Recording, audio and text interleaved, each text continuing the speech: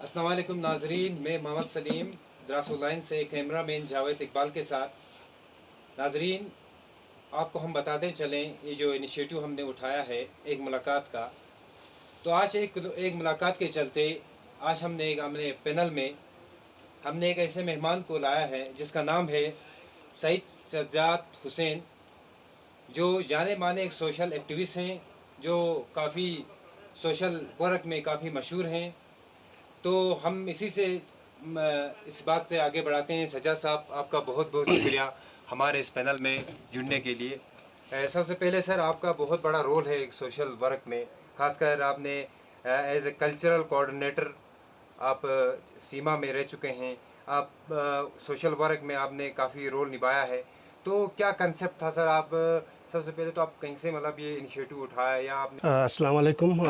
सबसे पहले तो आज बहुत खुशी हुई कि हमारे द्रास के जो यूथ्स हैं, जवान हैं, वो इस तरह के नए इनिशिएटिव्स ले रहे हैं ताकि द्रास को एक्सप्लोर कर सकें, द्रास में जितने अपॉर्चुनिटीज़ हैं उसको एक्सप्लोर कर सकें।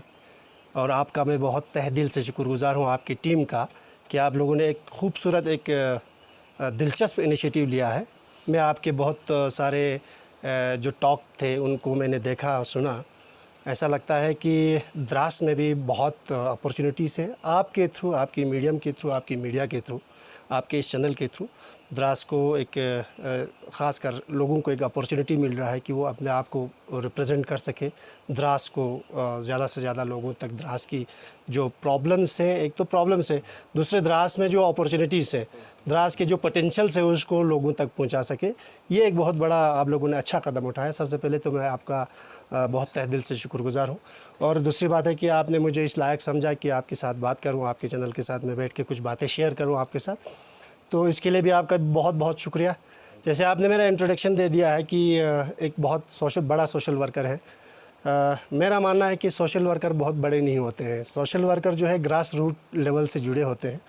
सोशल वर्कर, जैसे आपने कहा कि आपने कहाँ से सीखा, और ये सीखने की ज़रूरत भी नहीं होती है, क्योंकि कुछ लोगों की पर्सनैलिटी ऐसी होती है, वो ख़ुद ब खुद इंक्लाइनेशन उसका सोशल वर्क की तरफ होता है। और हमारे द्रास में बहुत सारे लोग हैं जो अपने अपने सेक्टर में बहुत अच्छा काम कर रहे हैं। तो लकीली मुझे बचपन से ही शौक़ था अपने सोसाइटी के लिए कुछ करने का, कुछ कंट्रीब्यूट करने का। और 2009 में मुझे एक अच्छा अपॉर्चुनिटी मिला। एक नेहरू युवा के अंदर एक ऑर्गेनाइजेशन है, ministry of youth affairs and supports, government of India का।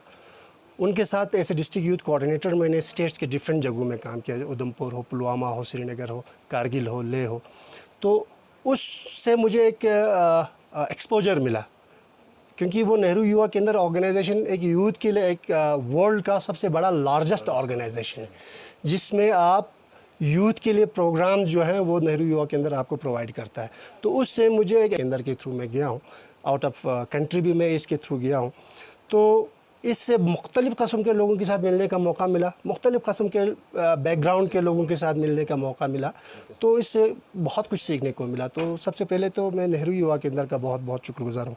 अब रिसेंटली पिछले कई महीनों से मैं एजुकेशन डिपार्टमेंट में cultural coordinator, as a cultural coordinator में काम कर रहा हूँ। समग्र आपको पता है अपॉर्चुनिटीज़ है सोशल वर्क का, लोगों को जोड़ने का, लोगों को कुछ फ़ायदा पहुँचाने का। तो इस तरह से मेरा हिस्ट्री रहा है। और लकीली हमारे यहाँ बहुत सोशल वर्क का बहुत अपॉर्चुनिटी है, बहुत ज़्यादा अपॉर्चुनिटी है, क्योंकि हमारा ये द्रास एरिया, ख़ासकर करगिल जो एरिया है, इसमें आपको पता है बहुत सारे अभी कमियां हैं। डेवलपमेंट को लेकर हो, एजुकेशन सेक्टर को लेकर हो, कल्चरल सेक्टर को लेकर हो, किसी भी फील्ड में, टूरिज़म सेक्टर को लेकर हो, किसी भी फील्ड में अभी ज़्यादा से ज़्यादा करने का आपको मौका है। क्योंकि अभी हम कहते हैं करगिल जो है एक वर्जिन डिस्ट्रिक्ट है, एक नया डिस्ट्रिक्ट है, एक इसमें बहुत सारे अपॉर्चुनिटीज़ आपको काम करने के, और ख़ासकर आप जैसे जवान लोगों को इसमें बहुत सारे अपॉर्चुनिटीज़ मिल सकते हैं, अगर प्रोवाइडेड कि हम उसको अच्छे सही तरीके से अगर हम देखें कि किस, तो उस हिसाब से अगर आप काम करना सीखें, अगर आप काम करना चाहें, तो बहुत सारे अपॉर्चुनिटीज़ करगिल में। जी, थैंक यू सर। ये सबसे पहले सर, आप ये जो सोशल वर्क है सर, तो इसका क्या, कैसे इसका एक खासकर ये जो द्रास एक रीजन है, second coldest place in the world, इसमें हम एक कैसे किसी चीज़ को, किसी माइंड को मोटिवेट कर सकते हैं कि इस काम को करने के लिए? बिल्कुल बिल्कुल। मैंने जैसे पहले कहा, हम बहुत सारे वर्कशॉप्स कराते हैं यूथ्स को लेकर, बहुत सारे वर्कशॉप्स कराते हैं। हम उनको जोड़ते हैं कि आप अपने कम्युनिटी के लिए, अपने सोसाइटी के लिए आप ऐसे यूथ क्या कर सकते हो। हम अगर 100 लोगों को अगर हम ट्रेन करते हैं, 7 दिन का, 8 दिन का, 10 दिन का अगर हम वर्कशॉप करते हैं, तो उसमें से हमें सिर्फ 5 आदमी मिलता है। क्योंकि मैंने पहले कहा है कि ये एक नेचुरल चीज़ है, क्योंकि आप किसी को ज़बरदस्ती सोशल वर्कर नहीं बना सकते हैं। आपके खून में, आपके अंदर एक जज्बा होना चाहिए अपने कम्युनिटी के लिए, अपने सोसाइटी के लिए कुछ करने का। वही आदमी आपका एक अच्छा सोशल वर्कर बन सकता है। तो बहुत सारे लोग ऐसे हैं, बहुत सारे डिपार्टमेंट्स में, बहुत सारे फील्ड्स में काम कर रहे हैं, उनको इंक्लाइनेशन नेचुरली वो सोशल वर्क की तरफ होता है। तो वो अपने जॉब के अलावा भी किसी एनजीओ के साथ जुड़कर, किसी सोसाइटी के साथ जुड़कर वो अपने सोसाइटी में कंट्रीब्यूट कर लेते हैं। जी सर, आपने नेहरू युवा केंद्र की बात की, तो बड़ी एसोसिएशन है, बहुत बड़ा एक जमात है। अब इसमें सर ब्लॉग्स बनाना या इसमें छोटे छोटे ये बनाना है, मतलब गांव लेवल में सेल्फ हेल्प ग्रुप्स बनाना, सोसाइटी बनाना, तो क्लब्स सर, बनाना। आपके हिसाब से ऐसे चीज़ों को आपने अपलिफ्ट किया, खासकर एजुकेशन को लेके या टूरिज्म डिपार्टमेंट को लेके या ऑन द होल या डिस्ट्रिक्ट कारगिल को या द्रास को जी, इस लेवल में? तो मेरा ज़्यादा सर्विस मेरा डिस्ट्रिक्ट से बाहर रहा, लेकिन मैं 3 साल करगिल में ऐसे डिस्ट्रिक्ट यूथ कोऑर्डिनेटर मैंने काम किया। उस पीरियड में मैंने कम से कम 50 से अबव जो है यूथ क्लब्स मैंने फॉर्म किया। और डिस्ट्रिक्ट के बहुत सारे ऐसे इंटीरियर्स जगह हैं, जैसे आपका बॉर्डर एरिया है लातो में एक 2-3 सोसाइटीज़ हमने बनाए। लड़कियों का अलग बनाया, लड़कों का अलग एक ग्रुप बनाया। वो बहुत सक्सेसफुली अभी आप काम कर रहे हैं। अभी रिसेंटली कोविड-19 के बाद आपने देखा होगा कि लातो के कुछ एक ऑर्गेनाइजेशन ने अपने विलेज को फ्री, कोविड-19 फ्री रखने के लिए पुल पे उन्होंने वॉशिंग, वो सैनिटाइजेशन वगैरह रखा और लोगों को वहाँ पे एंट्री करने नहीं देते। वो सारे यूथ्स हमारे साथ जुड़े हुए थे। और द्रास में ख़ासकर मैं आप बात करना चाहूँगा, एक हमने जब मैं यहाँ आया, हमने एक सीमा डेवलपमेंट ऑर्गेनाइजेशन करके एक ऑर्गेनाइजेशन सेटअप किया था, जिसमें हमारे द्रास के बहुत जाने माने लोग, बहुत अच्छे सोशल वर्कर्स जुड़े हुए थे, जिसमें हमारे आमिर अमानुल्लाह साहब हैं, शफ़ी सागर साहब हैं, सिद्दीक़ सना साहब हैं, ज़ाकिर हुसैन हैं, ईसा मलिक है। इस तरह से हम 10-15 लोगों का एक ग्रुप बनाया, जिसको नेहरू युवा केंद्र ने काफ़ी सपोर्ट किया। और नेहरू युवा केंद्र के साथ कोलैबोरेशन में सीमा डेवलपमेंट ऑर्गेनाइजेशन ने बहुत काम किए, जैसे कि गाइडेंस एंड काउंसलिंग के हम प्रोग्राम रखा करते थे। विंटर में लैंग्वेज, जैसे हमने एक बार विंटर में कुछ लोगों का हमें डिमांड आया कि आप अरबिक लैंग्वेज के लिए हमें स्पॉन्सर करो, तो हमने अरबिक लैंग्वेज के लिए कोशिश की सीमा ऑर्गेनाइजेशन ने। इसके बाद अवेयरनेस प्रोग्राम, एक प्रोग्राम पुनर्जागरण करके एक प्रोग्राम आया था नेहरू युवा केंद्र में। सीमा के साथ हमने मिलकर राइट फ्रॉम खरबू अप टू मटाइन तक हमने अवेयर किया था लोगों को कि गवर्नमेंट के क्या क्या स्कीम्स हैं, जो लोगों को, आम लोगों को पता नहीं चलता है कि आप लोगों के लिए गवर्नमेंट के क्या क्या स्कीम्स हैं। वो लेकर हमारा टीम जो है वो हर विलेजेस में जाकर लोगों को चंगरा, जैसे हम कहते हैं चांगरा पे बैठा कर लोगों को समझाना कि ये स्कीम्स हैं, आप इस स्कीम से फ़ायदा उठा सकते हैं, आप इस स्कीम से, लड़कियों के लिए ये स्कीम है, अच्छा प्रेग्नेंट वुमेन के लिए गवर्नमेंट का स्कीम है, यूथ के लिए स्कीम है, ओल्ड एज पेंशन के लिए लोगों के पास। ऑर्गेनाइजेशन ने द्रास में नेहरू युवा केंद्र के साथ, जैसे अभी रिसेंटली आपने देखा होगा द्रास बाज़ार से जितने भी मस्जिद शरीफ थे और जितने भी हेल्थ इंस्टीट्यूशंस थे, सैनिटाइजेशन का काम किया। इसके अलावा हमने सीमा डेवलपमेंट ऑर्गेनाइजेशन ने मास्क प्रिपेयर करके मास्क भी डिस्ट्रीब्यूट किया लोगों को। और हमें एडमिनिस्ट्रेशन के ब्लॉक के पास प्रोविज़न है, तो आप एक सेंटेक्स वगैरह आप हमें प्रोवाइड करें। आप मीना मार्ग जैसे आ जाते हैं, आप देख लेना सीमा डेवलपमेंट ऑर्गेनाइजेशन, वहाँ लिख के सेंटेक्स और सैनिटाइजेशन के लिए हमने कोशिश यही है कि लोगों को, कम्युनिटी को किस तरह से हम फ़ायदा पहुँचा सकते हैं। और ख़ासकर ऐसे यूथ, मैं कहता हूँ बार बार यूथ क्यों कहता हूँ, क्योंकि यूथ के पास एनर्जी है। अब आप 40-45 साल के बाद आपकी रिस्पॉन्सिबिलिटीज़ बढ़ जाती है, आपके घरेलू रिस्पॉन्सिबिलिटीज़ बढ़ जाते हैं, आपके रिश्तेदारों की रिस्पॉन्सिबिलिटीज़ बढ़ जाते हैं, और आपके पास एनर्जी भी कम होता है। यूथ में जितना एनर्जी होता है वो अगर आप सही डायरेक्शन में यूटिलाइज़ करें, वो कहते हैं ना, अगर आप दरिया जो है, दरिया को अगर आप ऐसे ही छोड़ देते हो तबाही फैलाता है। यूथ का एग्जाम्पल एक दरिया है, अगर आप उसको ऐसे ही छोड़ देगा बिना कोई डायरेक्शन दिखाए, वो बहुत तबाही फैलेगा। अगर उसको आप चैनलाइज करेंगे, चैनलाइज का मतलब आप अगर नहर बनाकर उसको कहीं सैराब करने के लिए उसको टैप करेंगे, उसके पोटेंशियल को टैप करके अगर इस्तेमाल करेंगे तो वो बहुत फ़ायदा देता है। तो सेम एग्जाम्पल यूथ का भी है। अगर यूथ के एनर्जी को हम टैप करें, उसको हम स्ट्रीम लाइन करके कहीं डायरेक्शन में अगर हम इस्तेमाल, इनोवेटिव आइडियाज़ भी होते हैं। आजकल के जवान लोगों के पास इनोवेटिव आइडियाज़ हैं कि इस चीज़ को कितनी आसानी से और किस कम वक्त में किस तरह कर सकता है। तो ये फ़ायदा है यूथ के सोशल वर्क के साथ जुड़ने के लिए। जी सर, ये सीमा डेवलपमेंट एसोसिएशन है सर, इस एसोसिएशन का क्या मेन इनिशिएटिव रहा है सर, खासकर रोल रहा है एजुकेशन के हिसाब से? हमने अपने हिसाब से बहुत कोशिश की थी और हमारे जितने भी ग्रुप मेंबर्स हैं उन्होंने भी काफ़ी सपोर्ट किया सीमा डेवलपमेंट ऑर्गेनाइजेशन में। हमने फ़र्स्ट टाइम डिस्ट्रिक्ट करगिल में कहीं भी नहीं हुआ होगा, मेरे ख्याल से अब भी नहीं होता होगा, हमने 10th और 12th के बच्चों को एग्ज़ाम के लिए किस तरह प्रिपेयर करना है उसके लिए हमने उनको ट्रेनिंग किया और डमी एग्ज़ाम हम लेते थे। डमी एग्ज़ाम लेकर उनको हम पेपर मार्किंग करके उनके पेरेंट्स को हम बुलाकर, हाँ, पेरेंट्स को बुलाकर कहते थे कि बच्चे में ये कमी है, इस चीज़ में ज़्यादा तैयारी करने की ज़रूरत है, इस चीज़ में ज़्यादा मदद करने की ज़रूरत है। तो डमी वो बहुत सक्सेसफुल रहा और बच्चों ने भी काफ़ी इंटरेस्ट लिया और बहुत सारे बच्चे इनरोल हो जाते थे। इवन कि हमें ज़्यादा बच्चे हो जाते थे और हमें कट करना पड़ता था। तो ऐसे इनिशिएटिव्स, नए नए आइडियाज़ हमने लाने की कोशिश की और सीमा डेवलपमेंट एसोसिएशन ने ख़ासकर एजुकेशन सेक्टर में बहुत काम किया। एजुकेशन सेक्टर और एनवायरनमेंट सेक्टर में बहुत काम किए हैं और लोग अभी जितने जैसे भी यूथ से अभी पढ़े लिखे हायर सेकेंडरी में जितने भी हैं, कॉलेज में, उन सबको मालूम है कि सीमा डेवलपमेंट ऑर्गेनाइजेशन का द्रास में क्या रोल रहा है। ख़ासकर एजुकेशन को लेकर, काउंसलिंग से लेकर, डमी एग्ज़ाम से लेकर, अवेयरनेस प्रोग्राम से लेकर, एक्सचेंज प्रोग्राम से लेकर बहुत हमने कोशिश की और अल्लाह के फजल व करम से उसका एक फ्रूटफुल एक रिज़ल्ट भी हमें मिला। बहुत सारे स्टूडेंट्स से मैं मिला जब सीमा की बात आ रही तो सर कह रहे हैं कि पिछले 2-3 सालों से खासकर पहले कैरियर काउंसलिंग हो जाता था। जी जी जी जब आप जी 12 के बाद आप कैरियर काउंसलिंग किया जाता था सीमे के थ्रू। जी आज जी वो नहीं हो रहा है। कुछ बच्चे आज बोल रहे हैं कि काश हमें कोई कैरियर काउंसलिंग होता तो हम बहुत सारी चीज़, तो हम इसके लिए क्या आपसे एक्सेप्ट कर सकते हैं? कैरियर काउंसलिंग एक एजुकेशन का एक बहुत बड़ा इंपॉर्टेंट पार्ट है क्योंकि और ख़ासकर हमारे जैसे एरिया में क्योंकि लोगों को ज़्यादा अवेयरनेस नहीं होता। क्योंकि हमने बहुत कोशिश की कि पिछले 4-5 सालों से हमने कंटिन्यूसली अवेयरनेस कैरियर काउंसलिंग की थी। बट अगर जवानों का अगर डिमांड है, स्टूडेंट्स का अगर डिमांड है तो फिर से हम एग्ज़ाम ख़त्म होने के बाद या एडमिशन के टाइम पे हम फिर से इसको, हाँ बिल्कुल, एक काउंसलिंग हम कर सकते हैं। हम अपने प्रेसिडेंट से, हम अपने वाइस प्रेसिडेंट से रिक्वेस्ट भी करेंगे कि ये डिमांड है स्टूडेंट्स का कि काउंसलिंग प्रोग्राम हमारे यहाँ ज़रूर होना चाहिए। Thank you sir, thank you sir.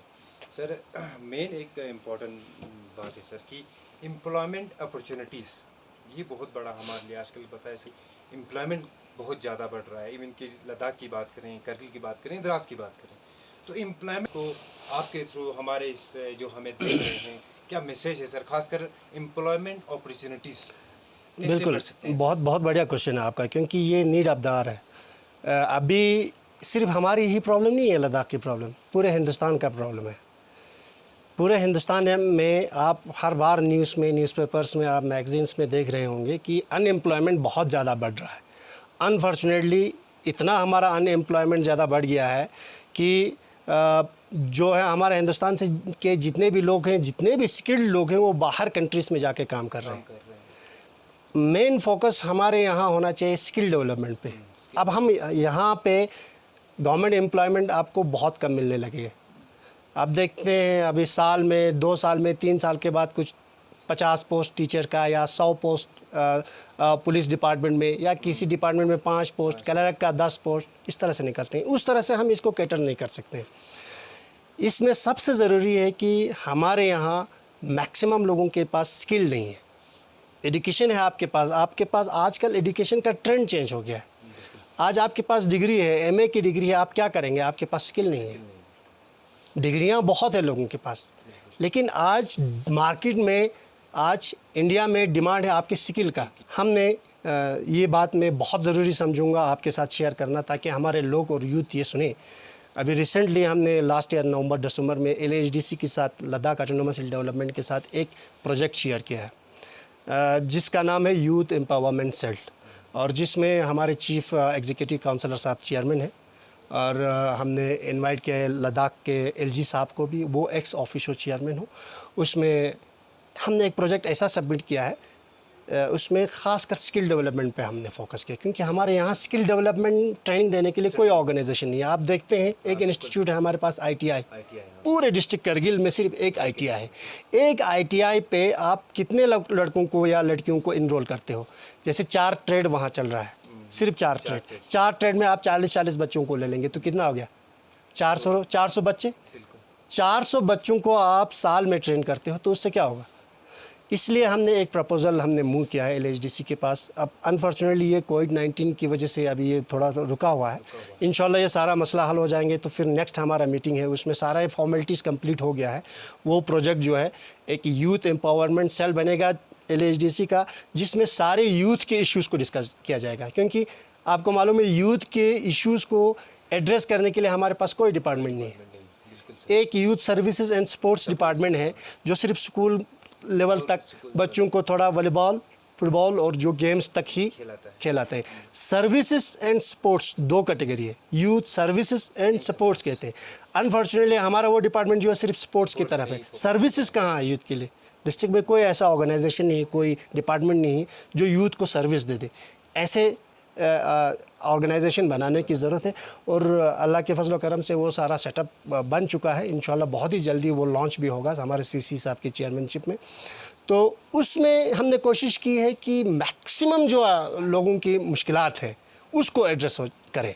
जैसे हम वहाँ एक ग्रीवेंस सेल बने, ट्रेनिंग इंस्टीट्यूट वहाँ बने और एक्सचेंज प्रोग्राम्स वहाँ हो, कल्चरल एक्सचेंज प्रोग्राम्स वहाँ हो, और फाइनेंशियल असिस्टेंस जैसे यूथ्स को मिलता है बैंक्स के थ्रू या डिपार्टमेंट्स के थ्रू, उनको किस तरह से इम्प्लीमेंट किया जाए ग्राउंड लेवल पे, अच्छे से सही तरीके से इम्प्लीमेंट किया जाए। तो एक बहुत बड़ा प्रोजेक्ट हमने दे दिया है। हमारे कंसल्टेशंस भी इसमें कंसल्टेटिव मीटिंग भी हुआ 2-3।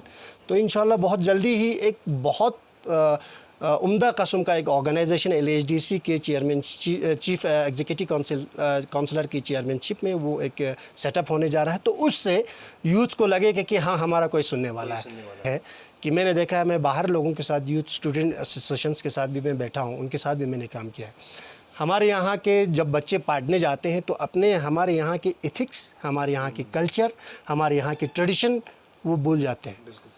अब 15 साल आप दिल्ली में बैठ के यहाँ करगिल आ जाते हैं तो आप यहाँ एडजस्ट नहीं हो जाते हैं। तो आपके पास साइकोलॉजिकल प्रेशर आ जाता है उस यूथ के पास। पढ़े लिखे तो हैं आप, लेकिन आप 15 सालों से वहाँ बैठे हुए हैं और आप यहाँ करगिल एडजस्ट नहीं हो पाता।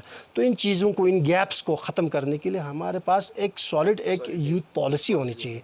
तो इसका हमने एक शुरुआत किया है। इंशाल्लाह अगले 1-2 महीने में इंशाल्लाह इसका रिज़ल्ट भी आ जाएगा। तो ये सारे इश्यूज़ तो मैं नहीं कह सकता हूँ, कुछ हद तक ये इश्यूज़ हमारे एड्रेस हो सकते हैं उस यूथ एम्पावरमेंट सेल के थ्रू।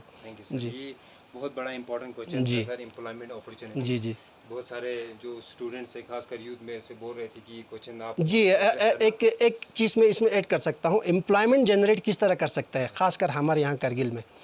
अभी आप देख रहे हैं हमारे लोगों की हमारे यूथ की एक आदत है कि उसको या तो एक बहुत बड़ी नौकरी मिलनी चाहिए, अगर आप उसको अच्छा सा कोई अपने पसंद का नौकरी नहीं मिलता है तो वो बेकार बैठेंगे। बिल्कुल सर। तो मेरी यही ख़ासकर यूथ से यही रिक्वेस्ट है कि मैंने पहले कहा कि आपके अपने एकेडमिक्स के साथ साथ आपके पास कोई स्किल हो, ताकि आप अपने घर वालों को, अपने लाइफ को, अपने लाइवलीहुड आप कमा सके। आप देख रहे हैं हमारे यहाँ जितने भी लेबर्स हैं, जैसे स्किल्ड लेबर्स की बात कर रहे हैं, स्किल्ड लेबर जैसे हम प्लम्बर की बात करें, पेंटर की बात करें, कारपेंटर की बात करें, आप देखें द्रास में है कोई, इलेक्ट्रिशियन की बात करें, है नहीं मिल रहा है कोई।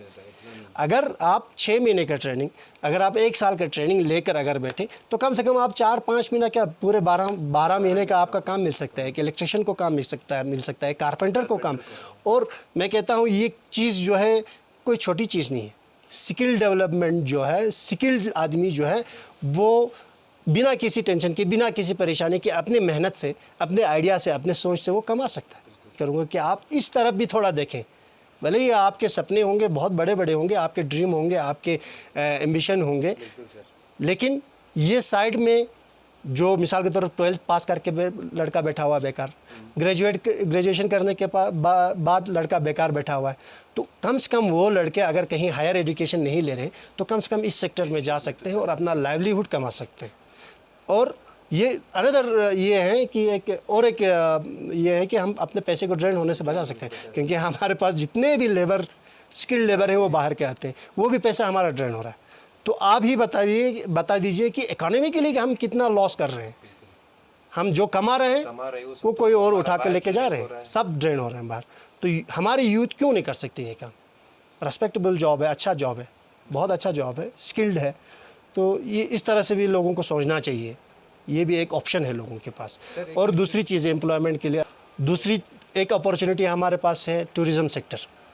टूरिज़्म इंडस्ट्रीज़ में अनफॉर्चुनेटली हमारे यहाँ आज तक ज़्यादा नज़रसानी नहीं की गई, इसमें ज़्यादा मेहनत नहीं किया गया। आपको पता है द्रास खासकर और कारगिल डिस्ट्रिक्ट को अगर हम लें तो बहुत, मैंने पहले कहा कि एक वर्जिन जगह है टूरिस्ट के लिए, खासकर एडवेंचरस टूरिज़्म के लिए। एडवेंचरस टूरिज़्म एक ऐसा टूरिज़्म है जिसका आजकल एक पूरे हिंदुस्तान में एक लहर चल रहा है। तो ये आपका युवा, आपका यूथ होटल चला रहा है। आप हमारे पास 2-3 बड़े बड़े होटल हैं, आप उसमें देख सकते हैं कितने एम्प्लॉयज़ हमारे द्रास के हैं। आप हमारे मिसाल के तौर पर द मीडो होटल है, आप उसमें 15 वर्कर्स हैं, 15 काम करने वाले हैं, सारे बाहर के हैं कि नहीं? कोई हिमाचल का है, यूपी का है, गोवा का है, महाराष्ट्र का है। क्या आप हॉस्पिटैलिटी और मैनेजमेंट में 6 महीने का ट्रेनिंग करके अपने आप होटल पे नहीं बैठ सकते हैं? आप एज ए रिसेप्शनिस्ट आप काम नहीं कर सकते हैं? एज ए टूरिस्ट गाइड आप काम नहीं कर सकते हैं? टूरिस्ट गाइड का अगर आप काम करें, रिसेप्शनिस्ट का काम करें, सर्विस देने के लिए आप काम करें, तो खासकर यूथ को आगे लाने के लिए तो हमें कोई ऐसा एक एनजीओ या कोई जैसे ये एनजीओ से पॉसिबल नहीं है। मैंने एक आपको ये कहा ना, LHDC के पास जो प्रपोजल है उसमें ये सारे इंक्लूड है।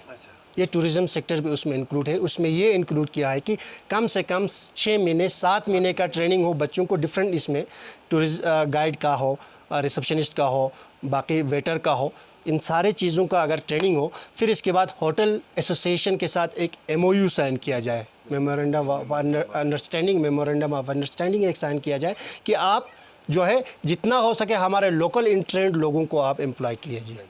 तो इस तरह से एक प्रपोजल है, इंशाल्लाह वो आगे कहीं फिर जब हमारा कहीं वजह से आगे अपनी कॉम्पिटिटिव या जो भी एग्जाम्स हैं उनको फेस नहीं कर पाते, बिल्कुल, घर की प्रॉब्लम्स की वजह से। बिल्कुल। तो आपका क्या एक मोटिव, एक रोल है सर, आपका क्या एक मैसेज रहेगा? एक क्लियर मैसेज पेरेंट्स के लिए और स्टूडेंट्स के लिए।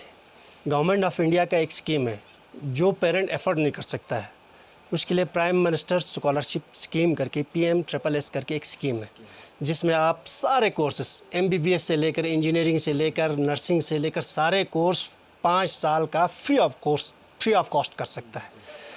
ये जो है इस साल तो अभी तक कोई ऐसा इनका अनाउंसमेंट नहीं हुआ है। हर बार मई जून के महीने में उनका काउंसलिंग होता है। ये AICTE के अंडर होता है, गवर्नमेंट का एक ऑर्गेनाइजेशन है, all India centre for technical education, उसके अंडर आता है। वो लोग काउंसलिंग करते हैं हमारे कॉलेजेस के थ्रू।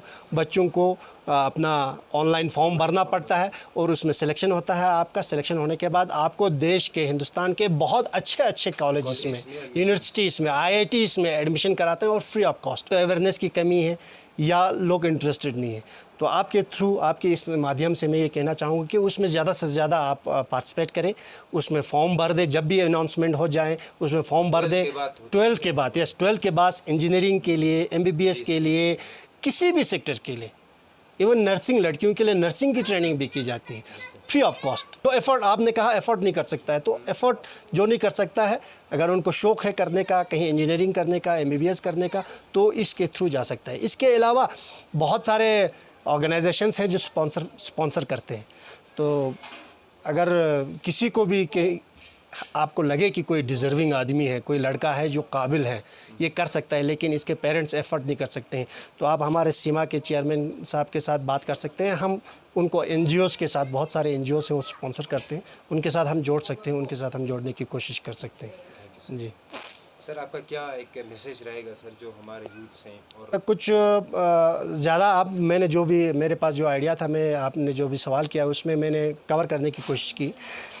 ख़ासकर यूथ्स को लेकर यहाँ मेरा एक मैसेज है आपके थ्रू कि हम देखते हैं हमारे यूथ्स जो हैं वो थोड़ा सा डायरेक्शन लेस हो गए। एक ख़ासकर 99 वार के बाद आप लोगों ने ऑब्ज़र्व किया, ऑप्शन हमारे है कि 99 वार के बाद हमारे यहाँ के लोगों के इकोनॉमिकल सिचुएशन तो बहुत अच्छा हो गया, क्योंकि आर्मी की वजह से उस वक्त नहीं हुआ करते थे। उसके बाद 99 के बाद बहुत सारे लोगों ने टैक्सियाँ ख़रीदने लगे और अपने बच्चों को ड्राइवर बना लिए। तो एक अनफॉर्चुनेट एक किस्सा हुआ है हमारे यहाँ लोगों को। आप लोग पैसे के पीछे दौड़ने लगे 99 के बाद। नहीं तो द्रास को डिस्ट्रिक्ट करगिल में माना जाता था एजुकेशन सेक्टर में, एजुकेशन के लिए माना जाता था। उस वक़्त हर जगह हमारे एजुकेशन में ऑफिसर्स थे, हर डिपार्टमेंट में हमारे द्रास के लोग हुआ करते थे। लेकिन उसके बाद हमारे यूथ्स के और हमारे ख़ास कर पेरेंट्स के भी डायरेक्शन जो है वो चेंज होने लगा, डाइवर्ट होकर पैसे के पीछे लगने लगा। एजुकेशन सेक्टर को ज़्यादा प्रायोरिटी नहीं दिया। और उसके बाद आपने देखा होगा कि डिक्लाइन होते हमारा एजुकेशन स्टेटस जो है डिक्लाइन होते गया है द्रास का। अब आप डिस्ट्रिक्ट के दूसरे ब्लॉक्स में देखें, हर जगह कोई केस ऑफिसर या डॉक्टर, इंजीनियर अच्छे अच्छे पोस्टर्स पर काम कर रहे हैं। हमारे यहाँ बहुत कम लोग हैं। बहुत पिछले बार हमारे फर्स्ट केस लड़की जो है इकबाल साहब की लड़की आरिफा इकबाल लोन, और हमारा मंजूर साहब थसगाम का DSP साहब जो है, वो दो हैं हमारे यूथ्स के लिए इंस्पिरेशन है। आपको मालूम है किसी बड़े ख़ानदान के तो हैं नहीं वो, हमारे द्रास के ही रहने वाले हैं। बड़े कॉलेज में, बड़े बड़े कॉलेज में पढ़े नहीं हैं, कहीं दिल्ली मुंबई में नहीं पढ़े। वो यहाँ ही अपने स्कूलों में, हमारे यहाँ के हाई स्कूल्स में, हमारे यहाँ के हायर सेकेंडरीज़ में पढ़ लिख के आज KS का एग्ज़ाम क्लियर करके आज अल्लाह के फजल करम से आप जॉब कर रहे हैं। तो ये एक इंस्पिरेशन है लोगों के लिए कि आपके पास पैसे ज़्यादा होने की ज़रूरत नहीं है, सिर्फ आपका डिटर्मिनेशन, डेडिकेशन। लोग हैं उनसे इंस्पायर होकर आप उनसे सीख के उनसे सबक लेके आप आगे बढ़ सकते हैं। आखिर में द्रास ऑनलाइन टीम का मैं बहुत बहुत शुक्रगुजार कि उन्होंने एक बार मुझे मौका दे दी। शुक्रिया। तो थैंक यू सर आपका बहुत बहुत हमारे इस पैनल से जुड़ने के लिए। तो नाजरीन, ये थे सज्जाद हुसैन जो आप लोगों के लिए बता रहे थे कि कैसा एक सोशल वर्क की अपॉर्चुनिटीज़ गेन करना है। तो नाजरीन, आज के लिए इतना ही। आगे हम फिर एक स्टडी में फिर एक नए मेहमान के साथ फिर जुड़ेंगे। तब तक के लिए और इस मैसेज को ज़्यादा से ज़्यादा शेयर कीजिए। Thank you watching Dras online. अस्सलाम वालेकुम।